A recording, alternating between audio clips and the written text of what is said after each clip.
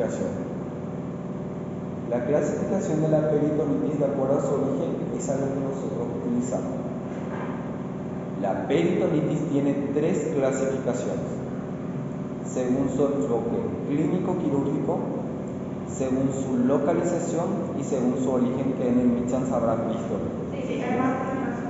Y lo que más usamos realmente es esta según su origen y según su localización, según su extensión.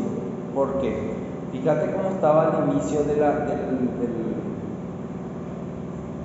presentación. Volví un poco. Ahí.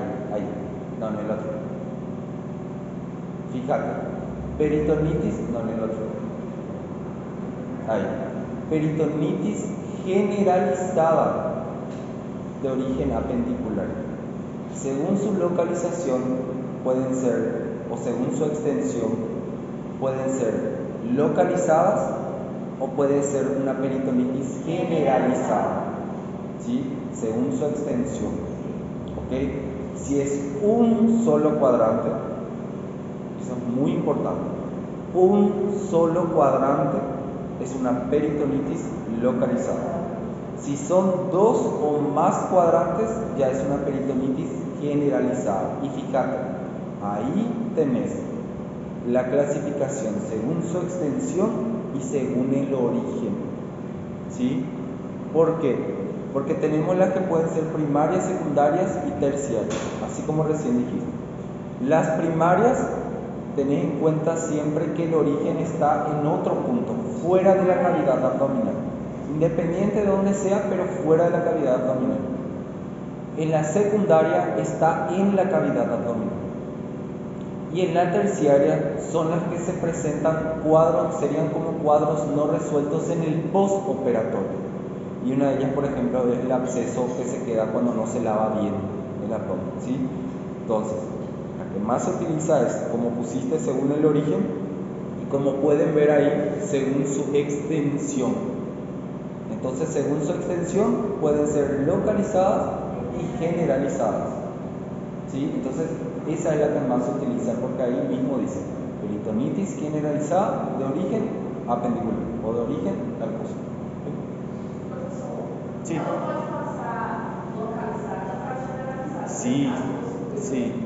Sí. Es lo que más. Encima, te juro que esa clasificación es tan complicada así, porque vos ves una paciente, por ejemplo, que tiene secreción purulenta, pero es muy poco. Pero ¿qué pasa? Ya tiene 2 cuadrantes. Entonces ya tiene que ser como una peritonitis generalizada. Porque el lunes operé a una chica y tenía secreción, pero muy poquito era su secreción purulenta, pero ya estaba esparcido en toda la superficie, pero era muy pequeña, pero ya era secreción purulenta en más de 2 cuadrantes. Sí, por más que no sea abundante, seguro tenía máximo unos 40, 50 cc, pero por la disposición ya hay que tratarle de una peritonitis generalizada, ¿sí? Entonces, y eso también es cierto, de una localizada puede ir a una generalizada, ¿sí? Es más, las localizadas a veces son muy difíciles de identificar, por eso es que vemos gente con peritonitis localizada y tiene una pequeña incisión de McBurney, porque uno entra con una apendicitis y encuentra que hay líquido purulento ahí nomás. Entonces cambia el diagnóstico a una peritonitis localizada. Sí, porque siempre que te dice se operó una peritonitis, pero tiene un corte en el medio, eso quiere decir que fue una generalizada, porque se entra por el medio para poder lavar bien. ¿Sí? Muy bien.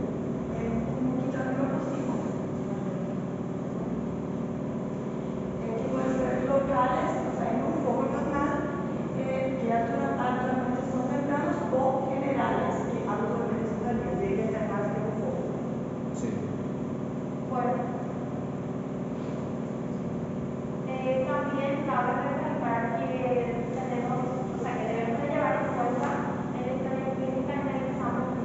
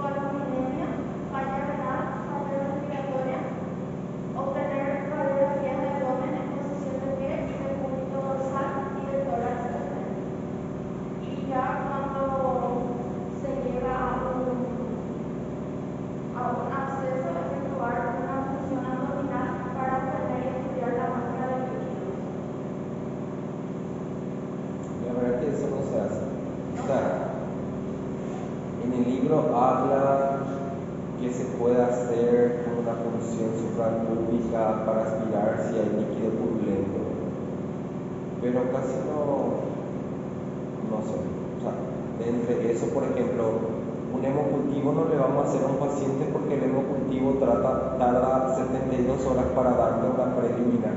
En 72 horas tu paciente ya va, así como dijo ella, ya va a estar allá en el otro lado, ¿sí? Entonces siempre tratamos, sí, eso que dijiste, buscar la leucocitosis, alteraciones del medio interno, si hay falla renal, esas cosas, por ejemplo, sí tenés que buscar, ¿está bien? Sí hay que buscar, porque tengan en cuenta algo y atiendan bien. Cuando hablamos de un abdomen agudo quirúrgico, ¿sí? Siempre vamos a tener 3 etapas. Siempre 3 etapas. Un periodo inicial, un periodo de estado y un periodo final. Periodo inicial, un periodo de estado y un periodo final. ¿Sí? En el periodo inicial se caracteriza por signos y síntomas que no son específicos. El paciente refiere epigastralgia, refiere náuseas, refiere vómitos, ¿sí? Entonces, refiere a algún tipo de alteración que no es específica de la enfermedad. Ahora, en el periodo de estado tenemos el dolor que caracteriza a la enfermedad, ¿sí? O el cuadro que va a caracterizar a esa patología. ¿Sí? Claro. Y en el final, todos los pacientes con un abdomen agudo quirúrgico van a terminar en el periodo final en un shock séptico. ¿Sí? Un shock séptico. Eso es lo que no tenemos que llegar, al shock séptico. Un paciente con peritonitis, ¿por qué ahí te dice, por ejemplo, que tenés que buscar las alteraciones del medio interno, si hay falla renal, si hay falla respiratoria? Porque ya estás entrando hacia una fase de un shock séptico, a una falla multiorgánica. Entonces vos tenés que primero estabilizar a tu paciente para entrar a operar. Nunca vas a ver que llega un paciente con una peritonitis y ¡pam!, a quirófano, ahí mismo va a morir de vos. Primero, se le hidrata bien. Ahí como vos pusiste estado de hidratación, se le hidrata bastante bien, se controla que el medio interno esté en condiciones para entrar y luego ya se entra para operarle. Con eso no te digo que no le vamos a operar enseguida, pero primero tenemos que cuidar que el paciente esté en condiciones de que va a salir o puede parar en el quirófano mismo. ¿Sí?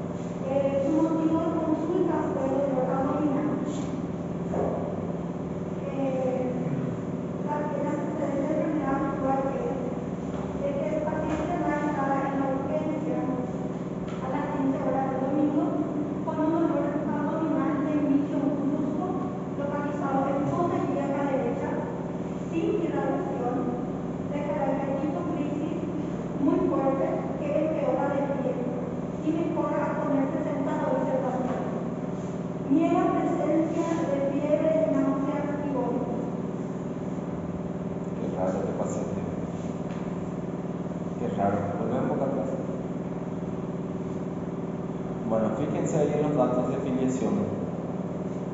falta algo, está bien, no falta nada, todo está bien. Lenny, ¿está todo bien?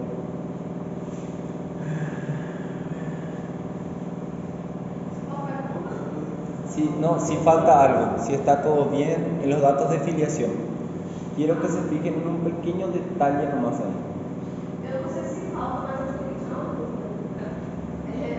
Quando a gente vai apresentar um caso clínico do paciente aqui no Paraguai, você coloca o nome dele ou só as iniciais? Y en este caso ponemos porque estamos acá nomás, ¿sí? Pero si es en otro lugar, sí, se ponen las iniciales, ¿sí?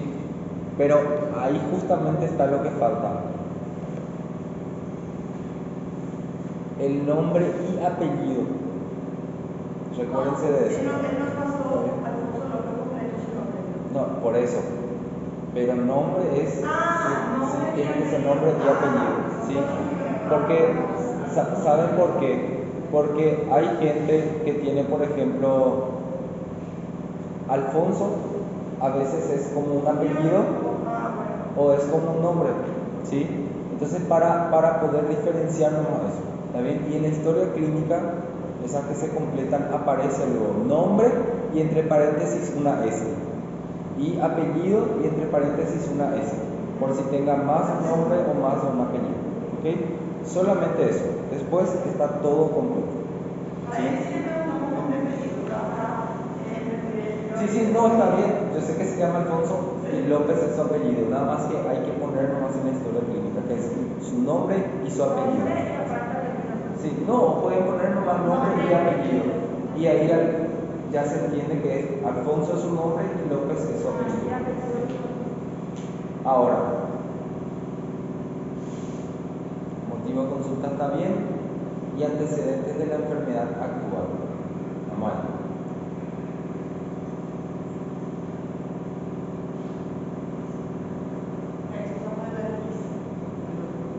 Sí.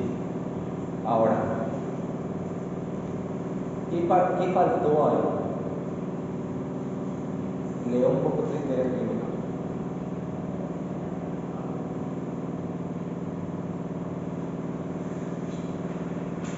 Porque vos ya tenés un paciente con una peritonitis.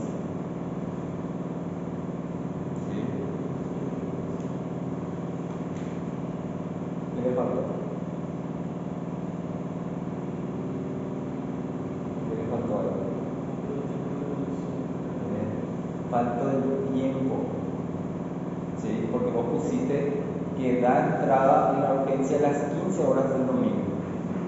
Pero faltó nuestra evolución del dolor. ¿Cuánto tiempo antes de su ingreso a las 15 horas?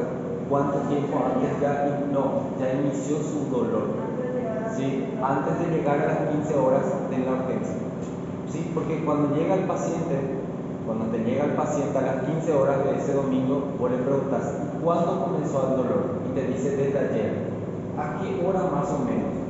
Porque más o menos te va a decir, imagínate que te diga que su dolor comenzó, imagínate que te diga el viernes, aproximadamente las 6 a las 7 de la tarde. Entonces, fíjate todas las horas de evolución que ya tiene. Entonces, por eso es importante justamente. Que paciente ingresa, vos ya aclaraste en tus datos de filiación que tu paciente entró el domingo 7 a las 15 horas. Entonces, en nuestro antecedente de la enfermedad actual, nosotros nada más le vamos a escribir que el paciente requiere que su cuadro inicia tantas horas antes del ingreso. Nosotros ya sabemos que ingresó el 7 a las 15 horas. ¿Está bien? La fecha y hora del ingreso es súper bien. Fecha y hora de ingreso. Entonces nosotros ya sabemos que ingresó a las 3 de la tarde y a partir de ahí se cuenta cuántas horas de evolución tiene. ¿Sí? Exactamente. Entonces a partir de ahí nosotros describimos todo el cuadro que tiene. Y atiendan bien, es muy importante eso, lo de describir justamente, si describimos aparición, se refiere a cuánto tiempo de evolución ya tiene ese dolor. O cuánto tiempo hace que apareció ese dolor antes de que ingrese a la urgencia. Y es muy importante la evolución porque nos da a entender, por ejemplo, si el paciente ya puede tener o no una peritonitis, según la evolución, ¿sí? Entonces, por eso es muy importante. Ahora, él les dijo que fue brusco. Sí, la sentencia de cuatro. ¿Eh? La sentencia de cuatro. ¿Y cuántas horas más o menos antes le dijo que comenzó? Su cuartecha de. Yo amanecí así. ¿Y no le preguntaste si cuando amaneció le dolía menos de lo que fue al ingresar? Dijo que fue así en frecuencia, pero después ya. Que fue aumentando. Pero se localizó. Sí, que nosotros le preguntamos dónde lo que empezó a iniciar. Si por ejemplo acá estaba bajando, si lo había ahí, solo ahí. Que le estaba pasando por día demasiado, claro, que le Porque lo dolía. diría solo a él. Solo ahí. Yo le pregunté otro lado, no, solo ahí. Claro. Entonces, pero que se fue intensificando. ¿Sí? Él se despertó así el domingo o ya fue un día antes. Y él despertó así un poquito. El domingo. Y el viernes no sentía ningún tipo de molestia. Yo le pregunté si que fue que comió algo, no sé qué fue lo que le hizo así. ¿No te dijo que ya no quería comer en la noche? Que ya no quería cenar. ¿O cenó? Cenó. Fíjate nomás, porque si tenemos un dolor abdominal de inicio brusco, localizado en fosa ilíaca derecha, voy a pensar en otro tipo de patología nomás. Por eso que vos me estás diciendo a mí ahora, eso es importante que pongas ahí para ver de que la evolución fue gradual, ¿sí? Porque eso es importante escribir, porque si vos tenés un inicio brusco vas a pensar en otro tipo de patología, otro tipo de diagnóstico diferencial. Y les digo, por ejemplo, si ustedes tienen un dolor en fosa ilíaca derecha de inicio brusco, ¿cuál es un diagnóstico diferencial que les viene a la cabeza, por ejemplo, que puede ser? No, otra cosa. No, apendicitis. ¿Qué apendicitis? Otra cosa.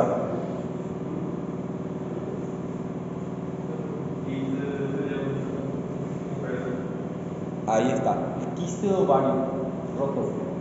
¿Sí? O un embarazo ectópico. En las mujeres. ¿Sí? Un quiste de ovario. Porque eso duele muchísimo a la mujer y es brusco. ¿Sí? Porque eso es evidente. Y si es hombre puede ser una litiasis renoureteral, ¿sí? Del lado derecho.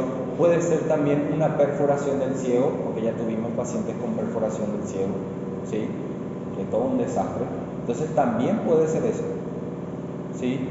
Es más, podés tener también una torsión testicular en el hombro y se irradia hacia la parte superior. Y viene el paciente con dolor en fosa ilíaca derecha, le revisa el testículo y está todo morado, todo hinchado, ¿sí? Entonces también está como diagnóstico diferencial justamente de la apendicitis.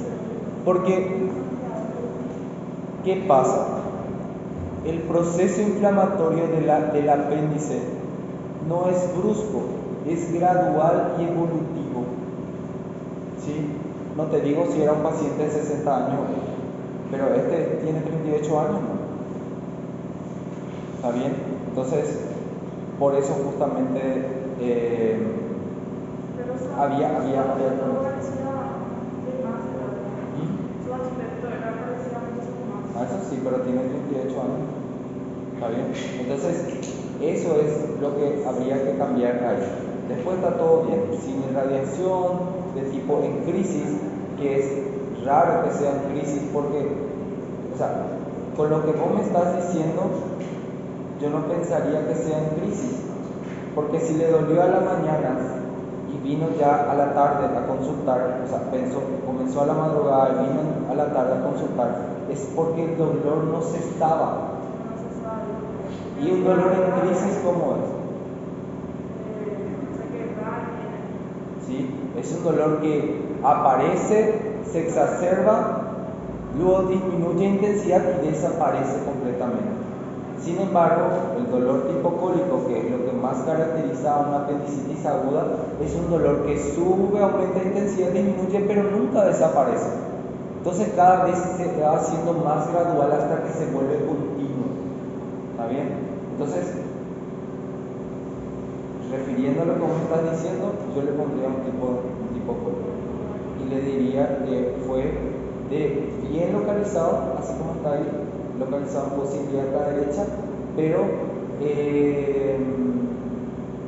no fue de un inicio brusco, sino que sí más localizado, pero progresivo, ¿me entiendes? Porque cada vez le dolía más. El tiempo Siempre fue, por ejemplo, las 1 y después pasó la mitad, por las 15 horas, las 13 empezó en las 15 y pasó la mitad, porque fue muy fuerte la dolor. Sí. Ahora sí, ya empezó en el otro y empezó el sábado, empezó el domingo, ahí no es el mismo juicio. La verdad que yo le indagaría más, porque siempre le dejamos al paciente que responda a todo lo que quiera. Y luego ya comenzamos a hacer preguntas específicas para que nos dé por lo menos una señal si realmente no inició antes ya su dolor. Sí, porque el paciente, por ejemplo, a veces siente molestias en el estómago o esa pesadez y eso, y cree que es por hambre. No tiene hambre, pero se va y come igual. Porque ¿qué pasa? Ya no tiene hambre, pero como no comió nada, cree que es por eso, entonces se va y come, pero no tiene hambre, que sería anorexia, que puede ser el inicio de nuestro cuadro. ¿Está bien? Porque fíjense, desde la 1 de la mañana a las 3 de la tarde para que sea una peritonitis, son demasiado pocas horas de evolución, muy pocas horas de evolución. ¿Está bien? Por eso, hermano. Muy bien.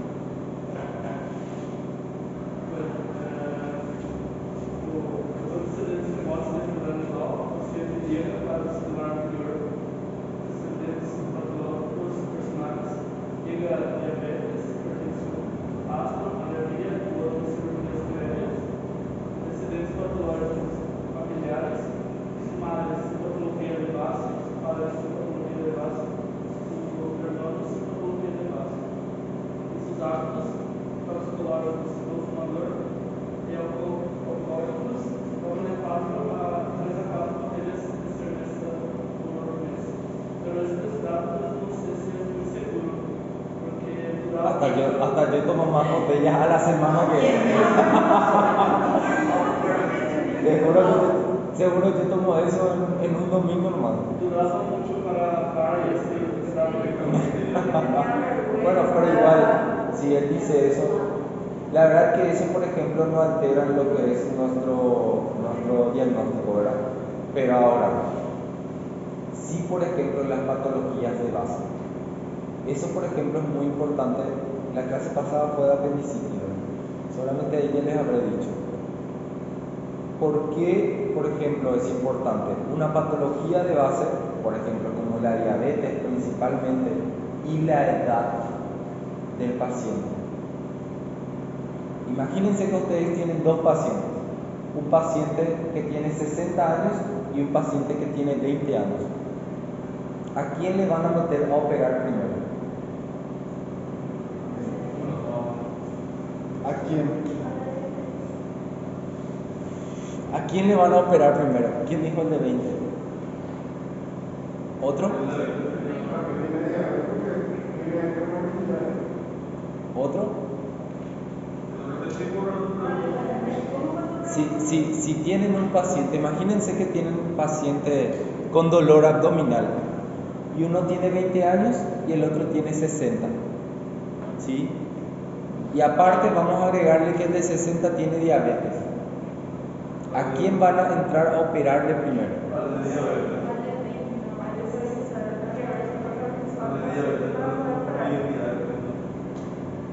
¿Otra cosa?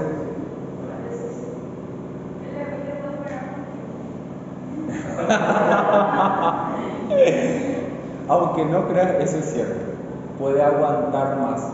Pero fíjense, los pacientes añosos tienen ya esa alteración de la sensibilidad. O sea que el paciente añoso ahora recién va a sentir su dolor, pero su cuadro ya comenzó, puede ser hace un día o un día y medio. Pero ¿qué pasa? Como ellos ya no perciben el dolor como una persona joven, cuando llega el paciente con dolor abdominal que refiere que fue hoy, ya es una peritonitis. Sin embargo, el paciente joven que refiere que le dolió hoy, probablemente sea una apendicitis nomás, todavía. Sí, con eso no te digo que no tenemos que entrar a operarle, digo nomás que es más urgente el de edad. Aparte de eso, recuérdense que la diabetes causa alteración de la circulación, ¿sí? Entonces más fácilmente va a progresar más rápido su patología, ¿sí? En vez de en 24 horas ser una apendicitis aguda congestiva o flemonosa, ya puede ser una peritonitis localizada, ¿sí? Y en 48 horas o menos inclusive ya puede ser una generalizada, porque el de edad siempre tiene mucha alteración. Aparte de eso, que es más fácil que un paciente añoso tenga alteraciones hidroelectrolíticas, alteraciones cardíacas, alteraciones respiratorias, renales. Sin embargo, el joven va a tolerar más, ¿sí? Entonces, por eso es que el paciente añoso requiere inclusive de mucho más cuidado y mucho más manejo del medio interno que un paciente joven, ¿sí? El paciente joven, si hoy se opera todo, mañana ya va a querer comer una hamburguesa. El adulto no va a querer ni siquiera respirar solo todavía. ¿Está bien? Entonces, por eso es que el adulto requiere mucho más cuidado, y más todavía cuando les dice que está sintiendo dolor, porque prácticamente ellos tienen alterado ya lo que es su umbral del dolor. Entonces fácilmente no sienten dolor, y si sienten es por algo, ¿sí? Por eso siempre tienen que tener en cuenta eso, ¿sí? Sí. Mudando o cenário, não é mais um hospital, é um acidente e a gente tem um idoso e um jovem sangrando. Y ahí, por ejemplo, Vai ter que ir primeiro. y ahí sí se hace lo del joven, aunque no creas. Es lo mismo que se hizo, por ejemplo, ahora mismo con las terapias y los pacientes con COVID. El paciente joven entraba y al paciente añoso se le dejaba. Por más que, vos sabés que yo no sabía, en la ley del Paraguay está totalmente lo contrario. Y dice que justamente la persona de edad tiene la misma prioridad que un paciente joven.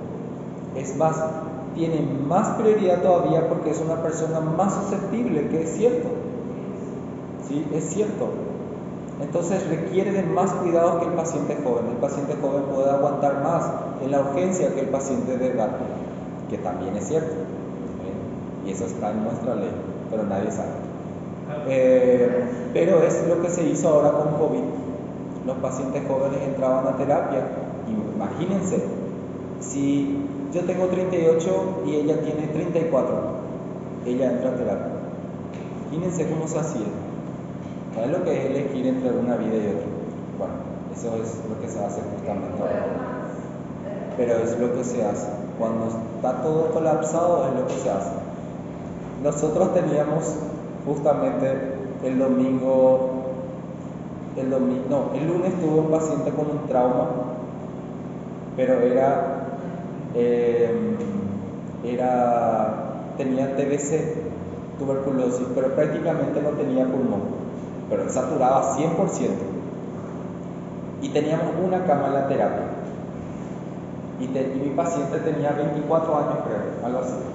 Y había un paciente también de neuro, que también tenía que entrar, ¿sí? Y había una sola cama en terapia. Y me voy y pregunto y me dice el doctor, no, pero tiene que entrar porque el paciente es joven. ¿Y cuánto es tu joven?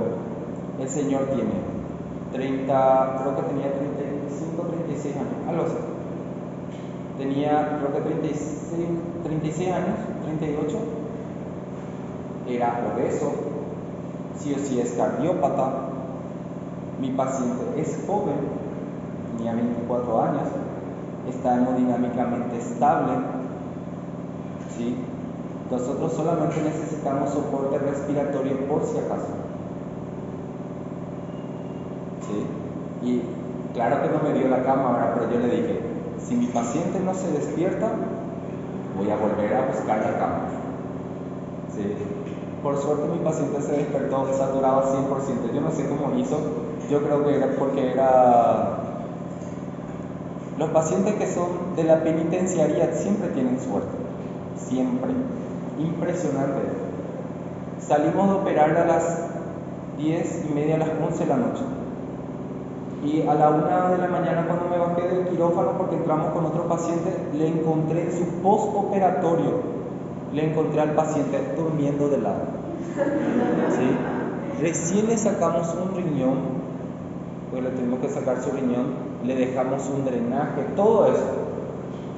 No tenía faja, nada, pero él durmiendo de lado, tranquilo, ni una molestia, nada, no le importaba. Sí, pero para que vean lo que es la comodidad de una cama, tener una frazada, porque él viene de la penitenciaría. ¿Sí? Pero le digo más que... No, te juro que él estaba ahí re tranquilo. Primero, luego encima tardamos para entrar porque el paciente decidió que no quería operarse, que quería morir. Qué rabia que me dio. ¿Desde cuándo quiere morir? Y después le tuvimos que convencer otra vez para que se opere.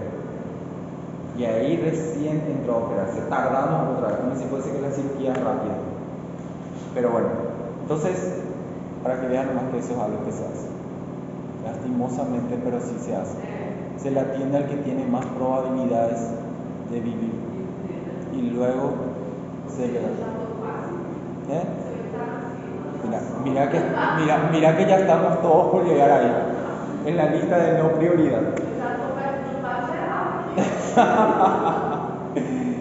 Bueno, muy bien. ¿Qué más hay? Eso más. Bueno. Con respecto al... Volver un poco atrás. Vamos a ver un poquito la patología nomás. Fíjense en el otro. Ahí. Recuérdense una cosa. Los exámenes complementarios sí son importantes. ¿Está bien? Entre los exámenes complementarios que le pedimos, cierto, es su laboratorio, su ecografía abdominal, sí o sí al paciente. Solamente para que nos informe el líquido libre y su laboratorio para saber en qué condiciones se encuentra el paciente para entrar a operar. Pero recuérdense siempre algo, así como la apendicitis, el diagnóstico siempre va a ser clínico. Siempre es clínico. Una buena historia clínica y un buen examen físico hace el diagnóstico. Así como siempre les digo, les puedo apostar que nunca van a ver un ecografista en la cárcel o un bioquímico en la cárcel, pero sí un médico, porque el diagnóstico es clínico, independiente de lo que el paciente presente. Fíjense lo que él tenía. Él tenía solamente dolor en fosa ilíaca derecha, solo eso, lo que refirió. No presentó cronología de Murphy, que la otra vez hablamos de cronología de Murphy. Bien. No presentó náuseas, vómitos. Ustedes le preguntaron si tuvo algún tipo de sensación febril, si sintió la piel caliente. No refirió. Fíjense cómo no refirió nada de eso. Pero el examen físico, ¿sí?, del paciente y lo que nos está refiriendo ya nos hace el diagnóstico. ¿Sí? Entonces, para que vean nomás qué tan importante es eso. ¿Sí? Porque la ecografía puede venir normal. Ya tuve pacientes con laboratorio de 9.000 de blancos, pacientes con dolor en todos los cuadrantes. ¿Está bien? Porque pueden equivocarse, pero tu clínica no. ¿Está bien? Tengan en cuenta eso. Y así como dice ahí, también cuiden demasiado la hidratación del paciente, porque recuérdense que al tener un proceso inflamatorio, ¿está bien?, genera la salida de líquido. ¿Está bien? Entonces genera esa deshidratación en el paciente. ¿Ok? Y una cosa más. Lo que corresponde a abdomen agudo quirúrgico siempre va a terminar en una peritonitis. ¿Sí? La peritonitis, por definición, es la inflamación del peritoneo. ¿Sí? Peritonitis es la inflamación del peritoneo, y así como dice su se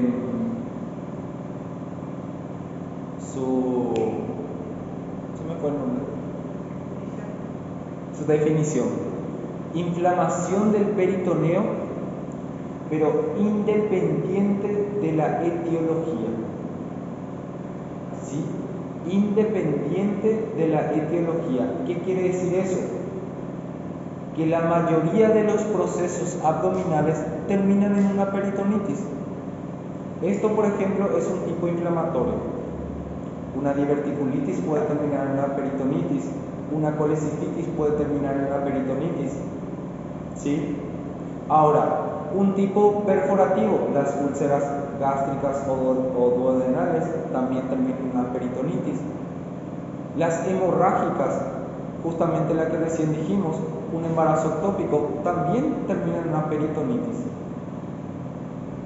¿Sí? O también podemos tener un obstructivo.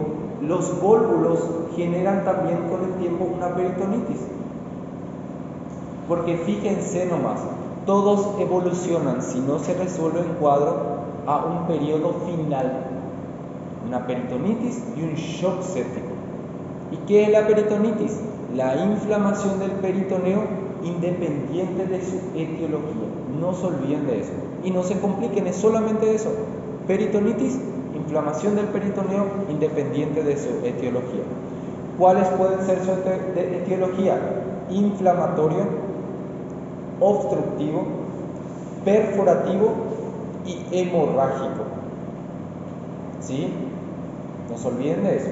Inflamatorio, obstructivo, perforativo y hemorrágico. ¿Está bien? Una pregunta les hago. ¿Cuáles eran los grandes dramas abdominales que tenemos? Eso nos dieron en clase. Los grandes dramas abdominales. ¿No? Grandes dramas abdominales nos dieron. Les digo, los grandes dramas abdominales son dos nomás. Entiendan bien, los grandes dramas abdominales son dos. La pancreatitis aguda, ¿ok? Y el infarto de mesenterio, los dos. Pancreatitis aguda y el infarto de mesenterio. ¿Por qué son dramas abdominales? ¿Por qué son dramas abdominales? Puede ser, pero por otra cosa más todavía. Fíjense nomás lo que dice el nombre: dramas abdominales. Porque son de difícil diagnóstico. ¿Sí? Son de difíciles diagnóstico. Ustedes pueden tener un paciente con dolor abdominal difuso y puede ser una pancreatitis. Recuérdense que la pancreatitis, ¿cómo era conocida? Ya les dije eso. La gran vomitadora o la gran simuladora. ¿Y por qué simuladora? Porque simula esto. ¿Sí? Una peritonitis. Tengan en cuenta eso. Por la irritación nomás que produce del peritoneo. ¿Sí? Entonces, tengan siempre en cuenta eso. Ahora, otra cosa. Cuando hacemos el examen físico del abdomen, ¿qué, por ejemplo, vamos a tener en una apendicitis aguda a la palpación? ¿Y qué vamos a tener en una peritonitis generalizada a la palpación?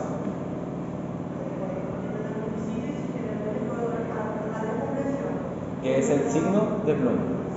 Muy bien. ¿Y después? Todos los cuadrantes. Así de simple. ¿Sí? Que con una apendicitis aguda el dolor va a estar localizado en la fosa ilíaca derecha y vamos a tener lo que es el signo de Bloomberg. La otra vez ya hablamos. Y sin embargo, En la peritonitis es un dolor generalizado en todos los cuadrantes. ¿Sí? Dolor generalizado en todos los cuadrantes. ¿Qué es la diferencia entre uno y otro? ¿Está bien?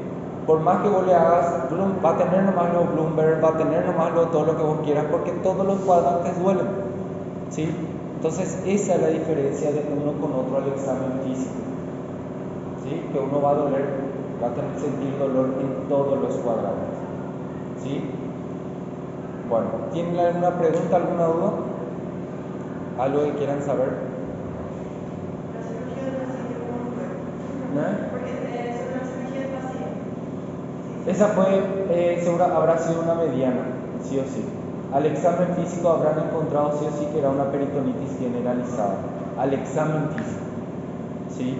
Porque él pudo haber localizado el dolor, pero al examen físico, si tiene signo de irritación en más de 2 cuadrantes, ya entramos por una mediana para asegurar, ¿sí?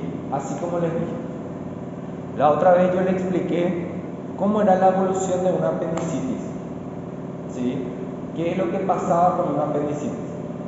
Y que la apendicitis podía tener una peritonitis localizada sin generar perforación. Pero así justamente como ella dijo, una peritonitis localizada puede ir evolucionando a una generalizada a medida que se va expandiendo esa secreción purulenta.